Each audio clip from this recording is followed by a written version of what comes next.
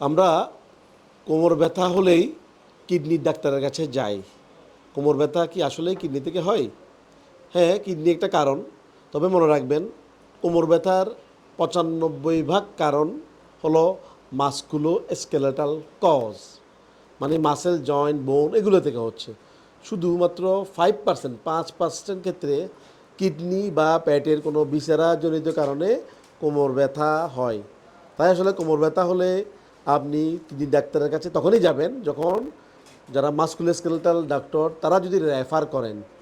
কিডনিজনিত ব্যথা হলে সাধারণত ব্যথাটা কোমর থেকে সামনের দিকে, গ্রোইনের দিকে, আমাদের থাইয়ের দিকে আসে। সাথে আপনার প্রস্রাবে ব্লাড যেতে পারে, প্রস্রাবে জ্বালা পোড়া থাকতে পারে, জ্বর থাকতে পারে, মুখে অরুচি থাকতে পারে। এগুলো আসলে ভেরি রেয়ার।